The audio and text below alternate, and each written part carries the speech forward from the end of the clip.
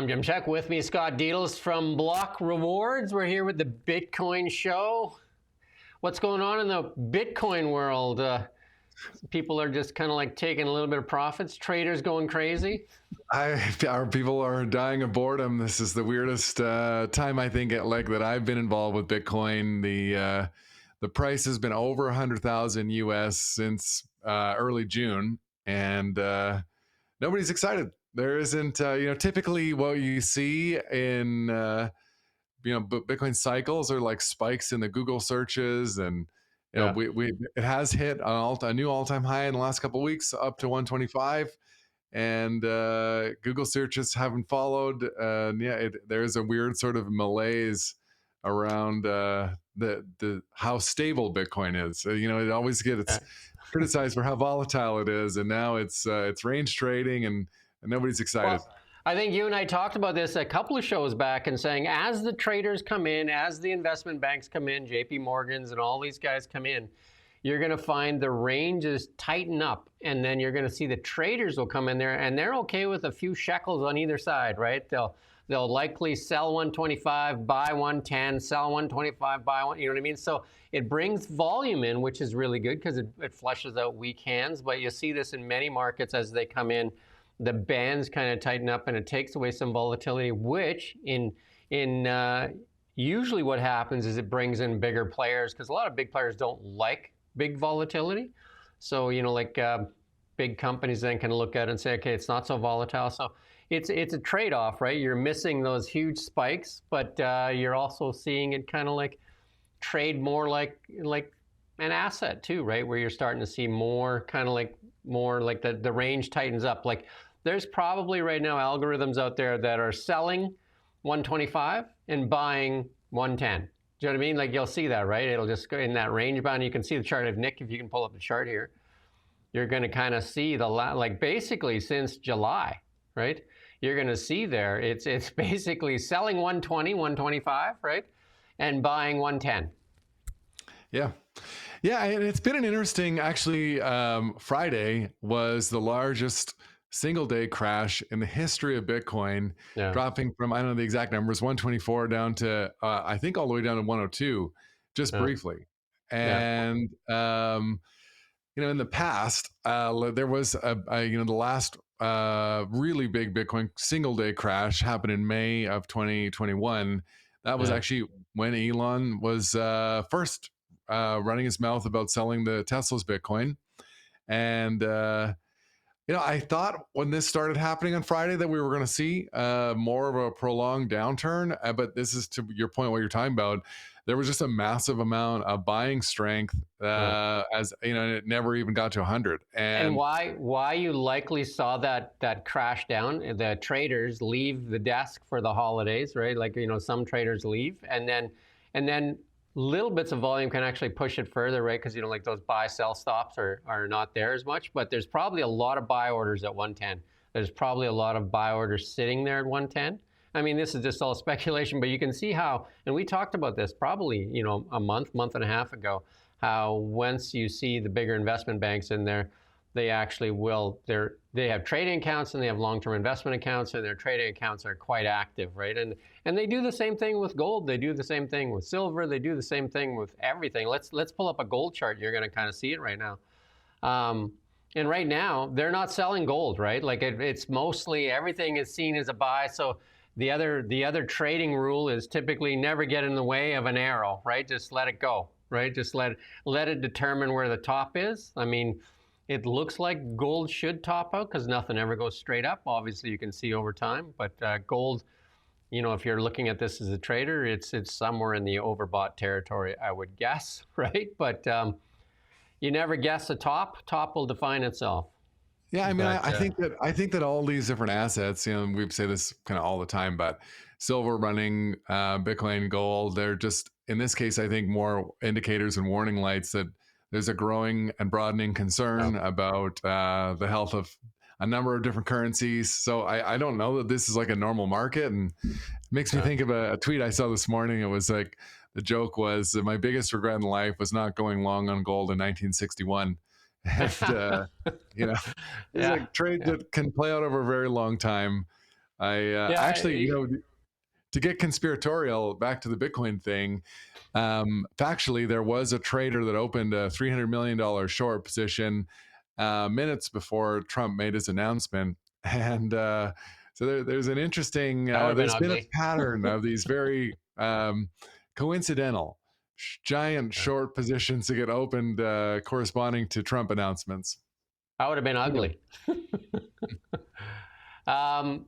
Yeah, so traders bring in volatility, stability, and like even short positions on stocks. People will say that's horrible. How do you short a stock? But then somebody will say, well, I mean, it also brings in like it takes away that over exuberance too, because like if you just have buyers, Bitcoin shoots to $1 million and it shoots all the way back to 100 grand, right? So that doesn't really do much for the market stability either, right? So a lot of people want stability in assets. So it's building a good floor at 100, 110 though, right? I mean, that's what, like if you were a trader, you would look at that and say, there's a pretty solid floor there at 100, 110. Do you know what I mean? Like a really solid floor at 100, and then 110, it looks like it's basing, because you can kind of see those, if you pull that chart up again, Nick, and you can Yeah, and kind of see that. there's rumors that the Fed is getting ready to end a tightening cycle, and the last time Yeah.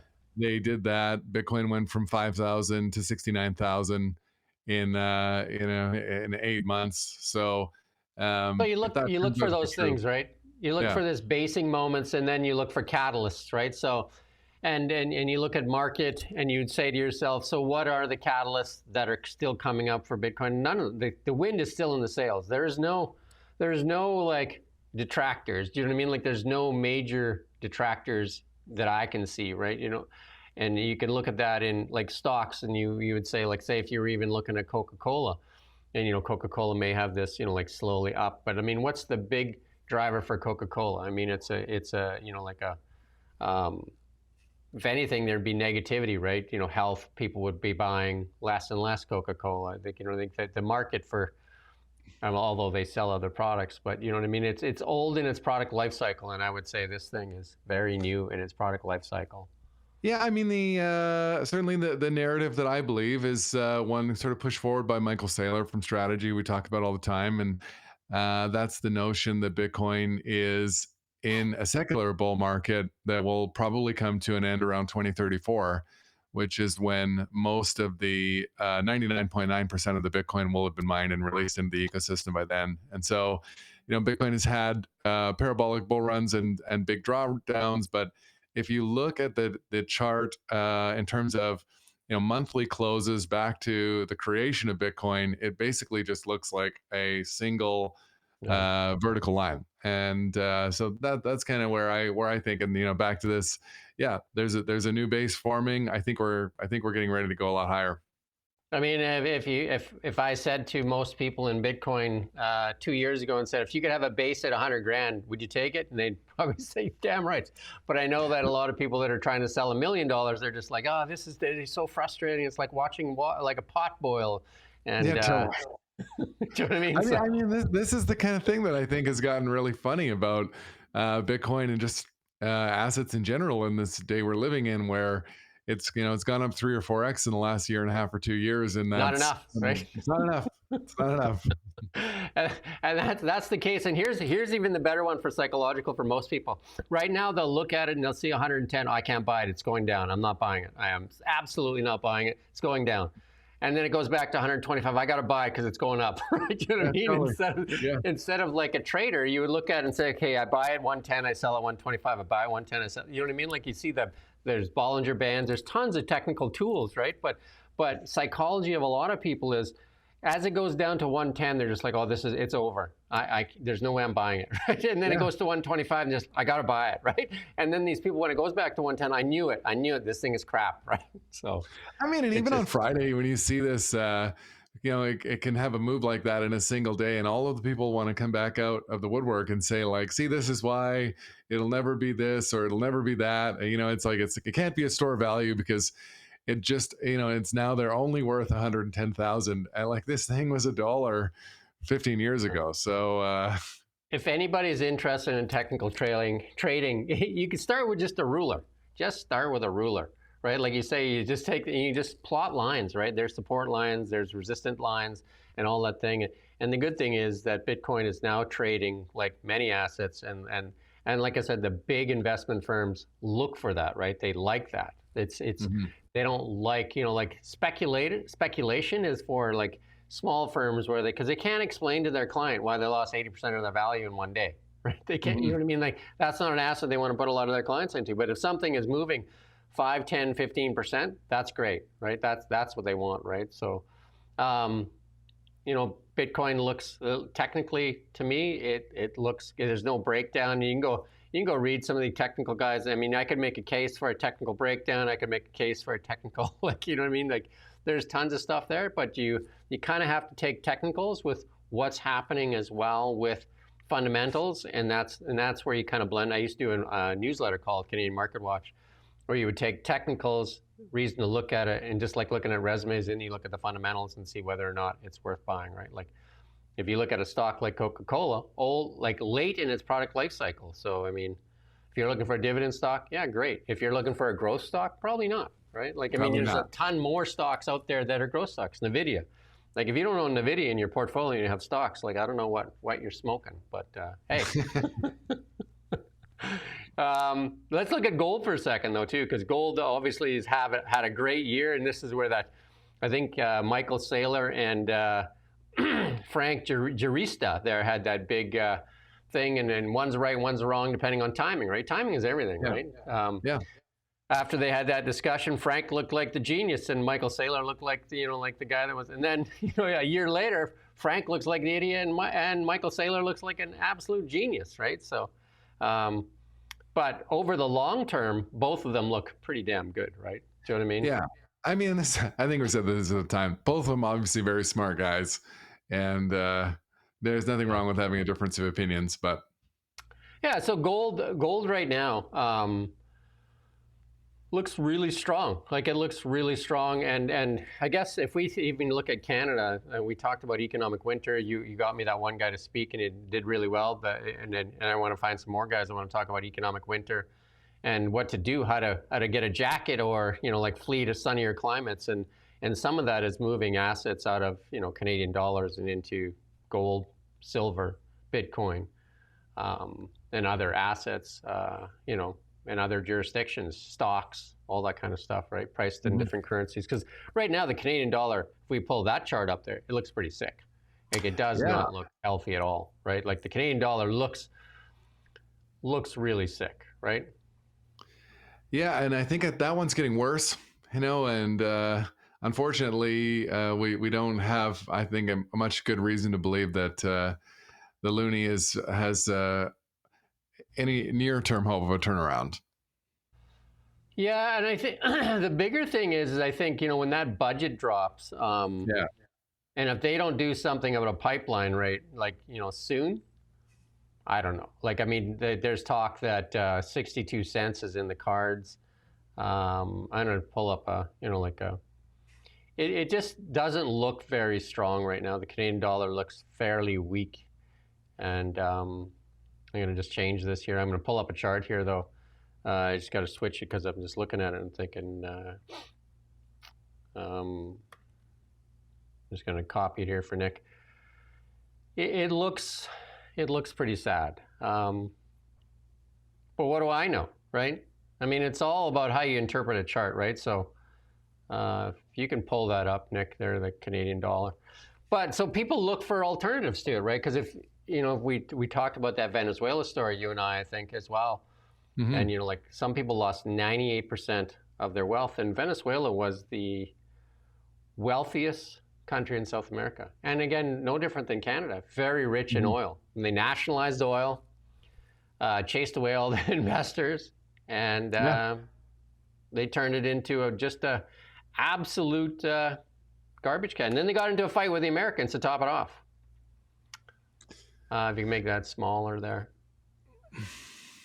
And you can see the dollar trending down, right? You're talking about trend lines. It's not a very promising well, that's the year chart. And and then if we take it about from a fundamental analysis and we say, what are the catalysts for an up and what are the catalysts for down? And, like the budget, not going to be friendly to the dollar, right? A record deficit, that's not friendly. So that's a catalyst down if we look at it from a fundamental perspective. If they announced an oil pipeline, like from Alberta to the North Coast, that would be a driver up. What are the chances? I wouldn't bet my own. I wouldn't bet any Bitcoin on it, Jim. Do you know what I mean? So if you look at it from a fundamental thing, and these are the same thing. If you want to do technicals, you look at that and you say, so what could drive the Canadian dollar up right now? They got to drop interest rates, or they're going to have a mortgage implosion, and a mortgage implosion would even drive the dollar further down. Mm-hmm. And then that budget is not going to be friendly to this dollar. I don't know. Do you see any reason why, as an investor, and like I also had a chart this morning on our show. We do the daily show. Since 2020, the biggest buyer of the Bank of Canada bonds is, the Canadian bonds is the Bank of Canada. Yeah. I mean, and Japan started down this road like 30 years ago in the 90s. And today it's the same thing, where the Bank of Japan is the only market for Japanese bonds is the Bank of Japan. And, that it just doesn't work. And the yen carry trade is like a teetering right now. The problem is, you can't just lower rates. There's the free market for these things, and it has to do with the demand of if there's anyone buying these things on the open market or not. The interest rate will eventually have to equate out to a number where somebody is willing to take some of this stuff, right? Yeah, it's like if you're getting your ideas from Bloomberg and that. Remember CNBC and those guys? They had a funeral for Bitcoin at 9,000, I think it was. They had like an actual funeral on air and said that was the end of Bitcoin, right? So yeah, I don't know, but again, if we look at the fundamentals and you talk about what the catalyst could be for Bitcoin, one of the catalysts, we got Elon Musk. He sent me this tweet here, and Elon is talking about Bitcoin again. And here's the richest guy in the world, saying Bitcoin is based on energy. You can issue fake fiat currency, and every government in history has done so, but it's impossible to fake energy. He would be what you would say a very influential figure in the Bitcoin world, right? A lot of these, and then again, you look at the administration, the U.S. administration right now, very favorable to Bitcoin, and that includes the whole Trump family, and then just in the Treasury and all that kind of stuff. Yeah, I think that Elon tweet, there's really two things that are interesting and noteworthy about it. One is you're just seeing a lot more talk about currency debasement and money printing in the kind of public zeitgeist. And like that was going back, Elon hasn't talked publicly about Bitcoin a lot, but he was talking a lot about overspending in the government. So this is something that is becoming like more mainstream. It doesn't matter where you live. I think everybody's starting to understand that there's some kind of a relationship between bloated governments and like the cost of groceries. And the other thing that he's talking about there, the reason why it matters that Bitcoin has this tie to energy is because of, we're starting to get a better idea about how much electrical demand is going to be produced by these massive data centers for AI. And Kevin O'Leary is proposing this big AI data center in Alberta. Like there's going to be theoretically like a never-ending demand for energy consumption, like as computing power through AI goes to infinity. And so there's going to just have to be some other way to think about how we store monetary value to have it make sense in a sensible way. So where Elon is going there, I think, is that there's going to have to be a finite form of accounting as electrical energy consumption. And this is a guy who really knows, right? Because he's building these massive data centers in Texas. So, yep. Yeah. So one of the things, though, for energy, the scary thing about energy and AI is that one day it might say, like, I need that energy, and you don't, right? And it controls all the grids and just says, at this point, I don't have any to spare. Yeah. So there's an argument in Bitcoin that basically, the only thing that could theoretically be an argument for spending energy on something other than AI, if AI continues to become more useful and more intelligent, would be on a financial asset that would be, also going to infinity. And that's kind of the idea of what Bitcoin is doing. It's like that's where the price is trending if you continue out this pattern and think about a long enough time frame. So in a world where AI can do anything, it can produce anything, it can think anything, and it can consume an infinite amount of energy, really the only sensible thing you could spend energy on other than AI would be on like the most valuable financial tool in the world. Yeah, the other one to watch though right now is silver. Like silver is it's broken out. It has broken its all-time high, and silver is usually a multiple of gold. Like when it breaks out, so silver could just because it's a poor man's gold, and lots of people, again, psychology-wise, think, well, I can buy 1 ounce of gold for 4,000, but I can buy lots of ounces of silver. But like gold, obviously, still is worth more in the long run. But it's just a psychological thing, and it can drive the price of silver fairly high. And both of them are related to, they have industrial use. Both are related to the energy industry as well. Both are big conductors, and I was surprised to see silver. I have been making fun of silver investors for a long time, and so congrats for those ones, hey, the true believers. that is we're going to put up the chart here, because that is the real test for a lot of people, right? Like the silver people, because yes, they've been beat up over time. Because if you could put that chart up, Nick, because it sat forever. Once we get the chart up here, I'll show you. I mean, in real terms, if you've been investing in silver since the 80s, you've been absolutely destroyed. Still not doing very well, right? Yeah. There's a really famous Canadian Bitcoiner. His name's Brad Mills, and Brad is an investor of ours. And Brad had tweeted this morning. Brad was buying Bitcoin at $10, and at the same time, he was buying silver. So his tweet was something like his silver position is finally in profit and his Bitcoin position is up 1.2 million%. So silver is it. But there's some diehard silver guys, like absolute diehard guys. And again, like the Hunt brothers there, and it just blew through that. You can see it breaking that level there. But the correlation between gold and silver, that means that silver, like if there's a lot of people say that silver is going to go to whatever numbers, right? Like crazy numbers. I don't even want to say the numbers. They're so crazy. But I think if there's some, I guess you would say, more conservative people saying that 65 is in the cards right now.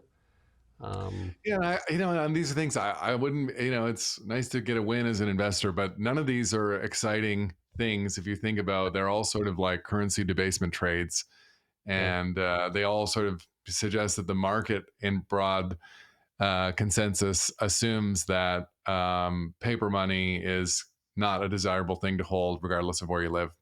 I think that the thing to look at is you look at the catalyst and the fundamentals, and then look at that and see what drives it. And then and we look at what the future of the world holds. And, like the transactional part of the world, where it's going to be quicker and quicker, and where it's going to be robots actually transacting with other robots. And it's going to be hard for them to exchange, like doubloons or whatever you want to call them, right? Do you know what I mean? Yeah. Unless they're going to put slot machines in some of the cars or something like that. I don't know, but I doubt it. No, it'll be bits. What's that? It'll be bits. Yeah, so that's that it will be digital currencies, and again, the catalysts and the fundamentals look pretty strong for Bitcoin. But I mean, you make your own investment decision and take a look around and ask yourself some questions. And technical trading, and I think that's where we're at with Bitcoin. I think we're in that technical range of trading, which I mean, you're going to have these over-enthusiastic guys right now that are super, and they may have bought it at some cheap price too, and they're in the money, but it's never fast enough, right? Because it's no different than penny stocks. Like say even if they're up, I don't know, let's just pick some numbers. Say they're up $3 million. and then it's down, and they're only up 2.5 million. They think they're in a loss position, right? They think that they're losing money, and that this is horrible, and it's just how this thing is supposed to be like. If only it goes back up to 20 million or something, then they're always doing these calculations. If this thing goes to 20 million, I'm going to be this, that, and another thing. And I mean, a lot of people are doing that with their houses right now too. Yeah, here's the thing: like, you don't make any money. Like, if you want to talk about when you transact it, because money is still a transaction for a hard good at some point, whether you eat or buy a house, or you know what I mean. You do something, pass it on, generational wealth, or whatever you do with it. It is an exchange of goods at some point. So, and you don't make anything until you actually transact, right? So, you know, yeah. So, in paper gains, I've seen it in stock markets. I've seen guys make, and I used to do accounting in a CPA firm or CA firm then, you know, up 20 million bucks, and then they don't sell any of it, and they're back to parking cars. Round trip, yeah. Paper rich for a while, and just like anything, right? Just, but I do think right now Canada may be heading for that economic winter. And what kind of jacket do you have? What kind of jacket do you have to weather that storm is the question, right? And Bitcoin would be a jacket. Gold would be a jacket. You know, these are kind of the things that diversify. Because if you think about what happened to people in Venezuela, and maybe we'll leave it there because we've done a long show. In Venezuela, people that held, I think it was the Bolivar, isn't it? That what the currency is in Venezuela? If you held that, you're basically wiped out. Like, you know, if your bank account was full of GICs and assets denominated in Bolivar, and even your pensions, all that stuff basically wiped out. And if your debts were in a variable currency, you were more than wiped out, because your debts would have skyrocketed as well, right? Yeah, I mean, I think that's the thing. It's confusing the risk around, you know, what you might think the risk profile is of an asset is, where I think a lot of people in Canada, especially right now, are underestimating the risk of the counterparty being the Bank of Canada. And you know, there's not a lot of reason to be optimistic about the job they're doing, and buyer beware. I think you know, if they come out and announce a pipeline to the North Coast, that'll do really well for the Canadian dollar. That'll be a sign that Canada's going to tap its resources. But if they say no, and they push this budget out that's just a, you know, an absolute disaster. Yeah. I don't know. What do I know, right? What do I know? Yeah. So anything else you want to add today? No, you know, like I said, the only other noteworthy news story was the U.S. Department of Justice seized another 130,000 Bitcoin, or announced that they're in the process of it today. And it's a funny story because earlier this year, one of the big Trump announcements was that the Department of Justice was no longer going to sell the Bitcoin that they seized. And people thought that was a precursor to the announcement the U.S. was going to buy a bunch of Bitcoin. Right. But actually, it looks like they might be able to just seize enough to establish a fairly significant strategic reserve. So I think they have over 300,000 Bitcoin now seized, which is a humongous number. And well, that's $14 billion seizure just on that one, right? Yeah, yeah. And where did that come from? What was the seizure? Do you know? Yeah, it was a criminal ring from Central Africa, and yeah, 14 billion bucks, just like that, hey? Just like that. Wow. Yeah, crazy. It has been used for that. That is, you know, part of the thing, and there will be some more regulations brought into it for sure. I mean, and I think also, like, you know, the U.S. has a history, like they seized gold in 1933. You know, why pay for it if you can just confiscate it? And it's a great way to. So I mean, they told you to bring it in. I don't know who was dumb enough to bring it in, but hey, I'm sure there was some people that brought it in, right? Yeah. Because I mean, gold used to be pegged at, I think it was $32 an ounce. That was the trading value, and then they let it go, and then obviously, and then Nixon did that Bretton Woods thing where he said they took the peg away from the dollar. So, and that was let it go, right? Let the dollar go. The U.S. government's gold reserves are booked on their balance sheet, I think, at $40 an ounce. It's worth a bit more than that. It's worth a bit more than that. Yeah. Yeah. The Canadian gold assets are worth. Ready? $0. Zero, because they said it was an antiquated asset, and I think they sold most of it at $1,200. Oops. Oops. And they don't like Bitcoin either, so oops. Yeah, no, they. Like I said, hey, buy your own gold, buy your own Bitcoin. Don't worry about what the Bank of Canada is going to do. Get your jacket. Get a jacket, maybe a scarf. Yeah. Maybe some mittens, maybe something else, or seek sunnier climates. I don't know. Mark Carney did. He took his company down south, and he took his assets down south. He's looking for sunshine, but apparently you're supposed to weather the storm. Yeah. One day, hopefully, Jim, we land up in the same gulag. At least we'll have somebody to talk to then. Yeah. At some point, they're going to say, you two guys got to stop talking. Anyway, thanks, Scott. It's always been fun. Again, Scott's got a unique thing. He's the sponsor of the show, Block Rewards. If you want to reward your employees with Bitcoin, you can do a payroll savings plan with Scott. Set you up, set your employees up, and then you can do it. The best way to get into any asset is dollar cost averaging, where you're not worried about whether it's 110, 120, you know what I mean? Like, it would just be like, as opposed to like some of those dummies that just like, they buy at the high every time, right? Yeah. And there you go. Yeah. So it's Bitcoin is the most important innovative financial tool employers need to understand. So visit us at blockrewards.ca. All right. Thank you, Scott. And thank you for watching Now Media.